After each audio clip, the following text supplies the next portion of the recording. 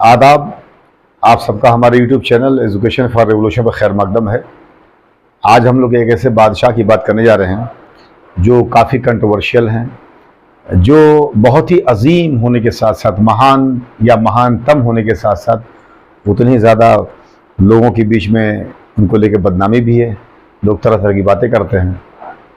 आइए ज़रा इनको थोड़े करीब से देखते हैं, और बहुत ज़्यादा करीब से नहीं, क्योंकि बहुत ज़्यादा करीब से देखने में काफ़ी लंबा टाइम लग जाएगा और हम लोग को थोड़ा प्रिसाइज रहना है। मैं बाद में कभी इंशाल्लाह एक एक पहलू बात की जाएगी, क्योंकि मुझसे बहुत सारे बच्चों ने कमेंट किया और मैसेज भी किया कि सर औरंगज़ेब आलमगीर के हवाले से कुछ थोड़ी रोशनी ज़रूर डाल दीजिएगा, जो ज़रूरत होगी इसके एतबार से। तो आइए देखते हैं। देखिए, ये इंसान जो इसका नाम मुहीउद्दीन मोहम्मद औरंगज़ेब, ये नाम था मुहीउद्दीन मोहम्मद औरंगज़ेब।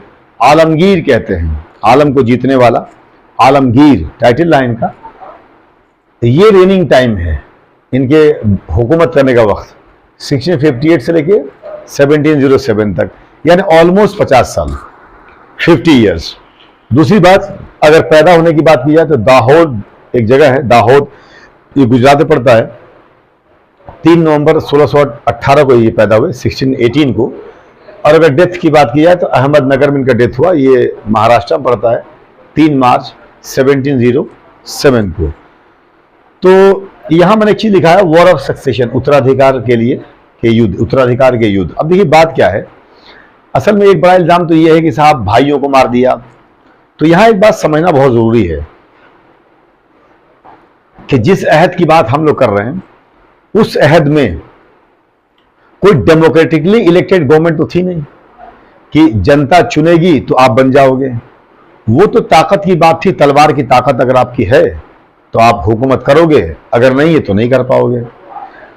अब मसला क्या है कि इल्जाम ये कि साहब भाइयों को मारा। तो एक मैं मिसाल दूं आपको, आपने शायद अशोक का नाम सुना होगा। अब अशोक ने 99 भाइयों को मार के और हुकूमत में बैठे, वो बादशाह बने या राजा बने, 99 ब्रदर्स को किल किया। तो इसके मतलब क्या वो बुरा इंसान था? ऐसा कुछ भी नहीं है, क्योंकि उस जमाने का ट्रेंड यही था। अगर अशोक अपने उन 99 भाइयों को नहीं मारते तो शायद उन 99 जो मरे थे उनमें इनका भी नाम शामिल हो जाता। अब चूंकि हुकूमत के एतबार से सीट तो एक ही है, सिंहासन या गद्दी या तख्त तो एक ही है। अब उस पर एक माँ बाप के बहुत सारे बच्चे, एक बाप के बहुत सारे बच्चे, सबका क्लेम होगा।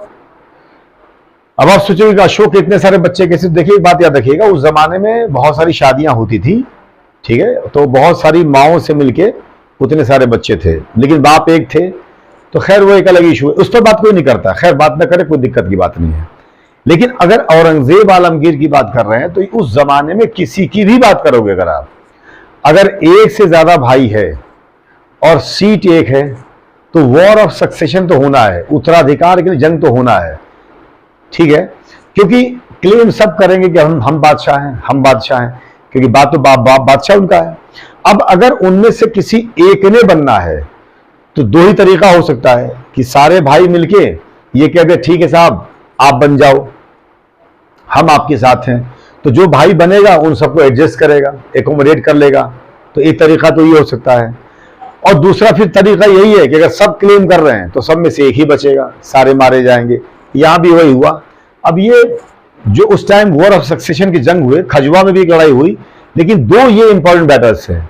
अब धर्मत में पूरी की पूरी दारा शिकोह की आर्मी उनके राजपूत कंटिजेंट के साथ, जो मारवाड़ के राजपूत थे और तमाम राजपूत एक तरफ थे, सारे के सारे हरा दिए गए।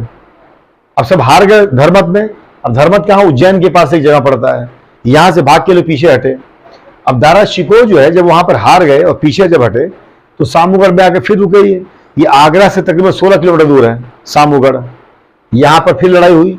अब इस लड़ाई में इनके पास राजपूतों का अलग सपोर्ट है, ठीक है, उसके अलावा पूरा मुगल आर्मी इनके पास खड़ी है। ये जो सामने लड़ रहा आदमी औरंगजेब आलमगीर, वो तो प्रिंस है और सिर्फ प्रिंस की आर्मी उसके पास है। बहुत ज्यादा से तो वायसराय है साउथ इंडिया का, लेकिन ये तो पूरी रॉयल आर्मी लेके खड़े हैं वहां पर। उसके बावजूद आप नहीं हरा पा रहे हो, और छोटी सी कंटीजेंट, छोटी सी आर्मी आपको हरा रही है। कुछ लोग कहते दारा शिकोह बहुत अच्छे थे। क्या अच्छे थे दारा शिकोह? जब उसके अंदर जो है लड़ने की क्वालिटी नहीं थी, वो कभी लड़ाई नहीं था, तो बादशाह कैसे बनता वो? उस जमाने में, जिस जमाने में लड़ाई के लोग बादशाह बनते थे। आज लोग बात करते साहब वो बनता बादशाह बड़ा अच्छा, कैसे बादशाह बन जाता वो? जब जंग के मैदान में एक आदमी के पास रॉयल आर्मी है, वो एक ऐसी आर्मी जो कि एक प्रिंस की आर्मी है, उसको डिफीट नहीं दे पा रहा है और भाग खड़ा खड़ा हो रहा है। जंग के मैदान में बैठा हुआ हाथी के ऊपर, मैच बॉक्स चले, गोलियां चली और तीर चले, नीचे आ गए आप, और नीचे आके आप जो है घोड़े पर आ गए, आपका हाथी भाग रहा है। इंप्रेशन ये गया कि दारशी को मारा गया, आपको इतना तमीज नहीं कि आप उन्हें ऊपर से नीचे उतर रहे हो उसके हाथी के। तो जो आदमी इतना इनएक्सपीरियंस हो, जो आदमी इतना जो है नैवी हो, नया हो बिल्कुल एक तरह से, वो तो हमेशा कोर्ट में रहा, वो लड़ा कहां कभी किसी से, दारशी को। तो जब उस जमाने का ट्रेंड ही यही है कि जो बेस्ट अवेलेबल होगा वही किंग बनेगा, सुल्तान बनेगा। अगर सब लड़ रहे हैं तो जब सब लड़ रहे थे तो जाहिर सी बात है जो हराने वाला था आदमी, उसका नाम औरंगजेब आलमगीर, हराया और आके बादशाह बना। एक तो इल्जाम ये है। अच्छा, इसमें खास बात क्या है, जब शाहजहां के साथ आप बैठे हुए हो और यहां अनाउंसमेंट हो रहा है, यहां एक खबर आ रही कि शाहजहां डेथ कर गया, तो हर प्रिंस चलेगा देखने के लिए। भाई वो औरंगजेब भी चला, शुजा भी चला, तमाम लोग चले हैं, और आप जो है मुराद भी चला, और आप रास्ते में कह रहे हो कि आप लोग वापस जाइए। जब लोग चले देखने के लिए तो आपको देखने जाना चाहिए था। तो एक बहुत बड़ी लंबी कहानी है। मैं कभी वॉर ऑफ सक्सेशन पर, उत्तराधिकार की जंग में क्या क्या कैसे कैसे चीजें पलटी खाई थी बताएंगे हम, लेकिन हमने एक स्केचिंग दे दिया आपको कि ये चीज जहन से निकाल दीजिए कि भाई को मारा। अगर एक सीट है, कई लोग क्लेमेंट हैं और कई भाई हैं, तो उनमें से या तो एक को आप मानना पड़ेगा या फिर सारे को मरना पड़ेगा, एक ही जिंदा रहेगा। वही यहां पर हुआ। दूसरी बात, एक इल्जाम क्या है कि बाप को कैद कर दिया। बाप को कैद उस तरह से नहीं किया जिसे समझते हैं लोग, ऐसा लगता है जैसे उठा के जेल में डाल दिया गया। पूरे आगरा फोर्ट के अंदर उनको हाउस अरेस्ट कर दिया गया। आगरा फोर्ट के अंदर वो जो चाहे करें, उनसे कौन मिलेगा कौन नहीं मिलेगा, this will be decided by the Aurangzeb Alamgir. सुल्तान या बादशाह डिसाइड करेगा कि तो किससे मिलना नहीं मिल रहा है। दो चीजें। तीसरी बात की साहब, एक बात कही जाती कि हिंदुओं को बहुत मारा। कहीं कहीं तो व्हाट्सएप यूनिवर्सिटी पे ये चलता है कि एक मन जनेऊ जब तक नहीं देखता था सुबह सुबह तो नाश्ता नहीं करता था। जनेऊ एक पतला सा धागा होता है जो हमारे हिंदू समाज के ब्राह्मण लोग या राजपूत लोग पहनते हैं, पतला धागा होता है। एक मन के मतलब 40 किलो। अगर 40 किलो के मुताबिक इकट्ठा करने के लिए लोगों को मारना पड़ता था सुबह सुबह, और इतने लोगों को मारने के बाद वो जो 40 किलो जनेऊ इकट्ठा होता है, अगर उतना देखने के बाद औरंगजेब आलमगीर नाश्ता करता था, तो कमाल की बात यह कि जिस इंसान ने तकरीबन 50 साल हुकूमत की हो, तो 50 साल में यहां बचता कौन सा पौधा? जहां सारे पौधे बचे दिख रहे हैं, कोई बचता है यहां पर? फिर बिल्कुल फर्जीवाड़ा फैला रखा है उसमें। इन चीजों बहुत ही कंप्रहेंसिव वो लेकर आऊंगा, घबराइए मत, लोगों के जो है दिमाग सही हो जाएंगे। ये जो फैला रखा ना कि इतने लोगों को मार दिया, ऐसे मार दिया, इतनी मंदिरें तोड़ दी, तो बताएंगे तोड़ने के पीछे कॉजेस क्या रहे हैं। ठीक है, ये आदमी इतना जस्टिस वाला है, इतना इंसाफ पसंद इंसान है, और एक इंसान ढोंग कर सकता है 1 साल 2 साल 4 साल 5 साल 50 साल ढोंग करेगा। सादा लिबास पहनना, सादी पगड़ी पहनना, सादा खाना खाना है।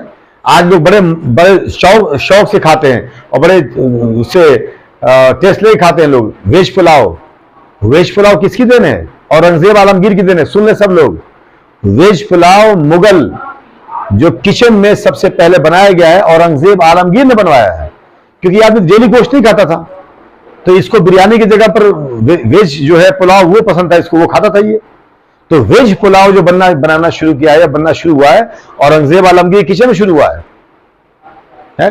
तो ये आदमी, इसके साथ बताइए 33% से ऊपर हिंदू नोबिलिटी सबसे ज्यादा इनके पास है।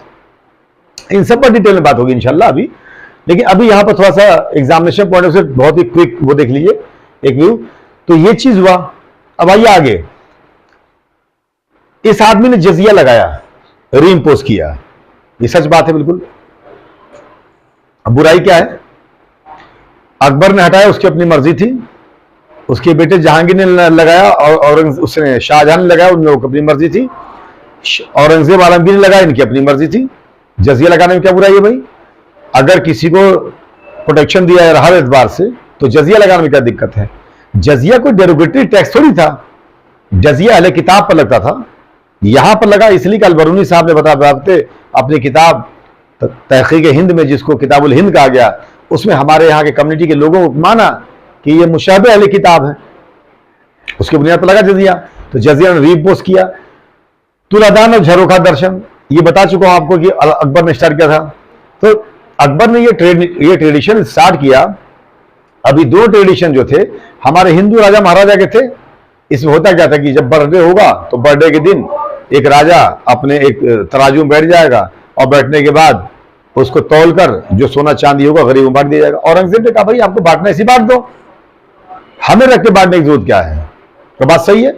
जिस आदमी के पास इतनी बड़ी हुकूमत हो कि हिंदुस्तान की सरजमीन पर आज तक उतनी बड़ी हुकूमत कभी किसी की बन ही नहीं पाई, उसका जितना टाइम है ये सब करता रहेगा।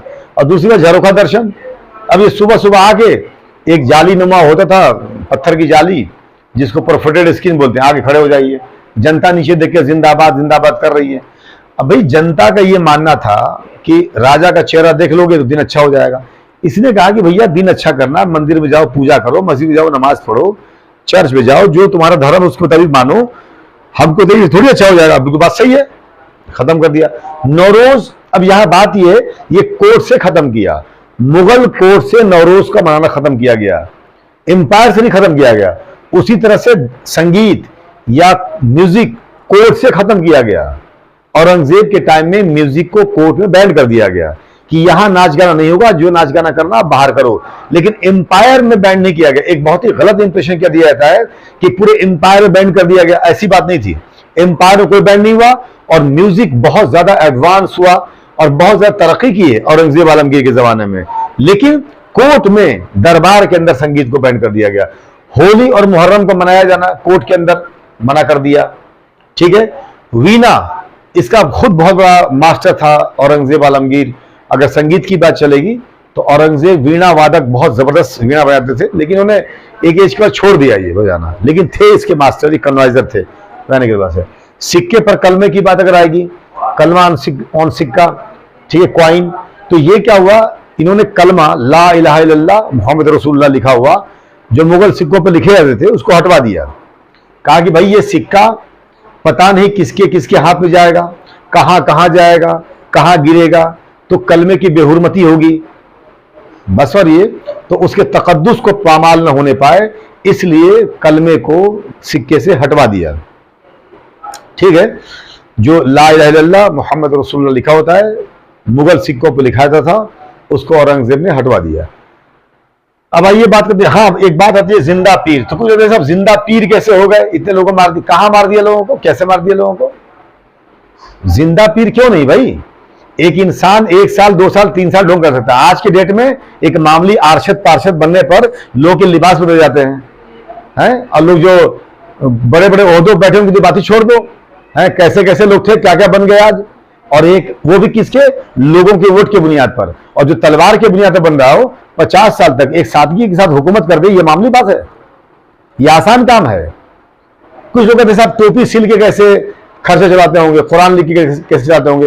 अरे भाई टोपी सिलने का मतलब समझ रहे हो, ये कोई आम आदमी थोड़ी टोपी सिल रहा है, ये बादशाह सिल रहा है। आज के तौर पर समझ लो, अगर कोई इंसान आम इंसान सिलेगा टोपी तो 2 4 5 10 रुपए का बिकेगा, और डीएम सिल दे तो उसकी दाम बढ़ जाएगी, और स्टेट का सीएम सिल दे तो उसकी दाम और बढ़ जाएगी, और खुदा न खास्ता मुल्क का पीएम सिल दे, एक टोपी बना दे, तो उसके हाथ की बनी टोपी की कीमत क्या होगी? तो जब पीएम की एक कंडीशन है तो जो बादशाह है उसके हाथों से बनी हुई टोपी का आलम क्या होगा? बात यह थी, एम्पायर का पैसा अपने ऊपर वहां खर्च करने की पीछे वजह यह थी कि एम्पायर का पैसा जहां लगना चाहिए वहां लगना चाहिए। तो औरंगजेब आलमगीर को जिंदा पीर कह जाने के पीछे कॉज ये भी है, उस आदमी ने बहुत ही सिंपलिसिटी के साथ, सादगी के साथ हुकूमत चलाई, एक्स्ट्रा एजेंसी से काम नहीं लिया, कहीं गलत यहां वहां खर्चा नहीं किया, ठीक है, और अपनी खुद की जिंदगी बहुत ही सादी रखी, सिंपल रखी। इसके बाद मॉन्यूमेंट्स की बात की जाए तो बीवी का मकबरा, इनकी अपनी बीवी, ठीक है, उनके लिए बनवाया गया बीवी का मकबरा, ये औरंगाबाद में है। कहां पर है? औरंगाबाद।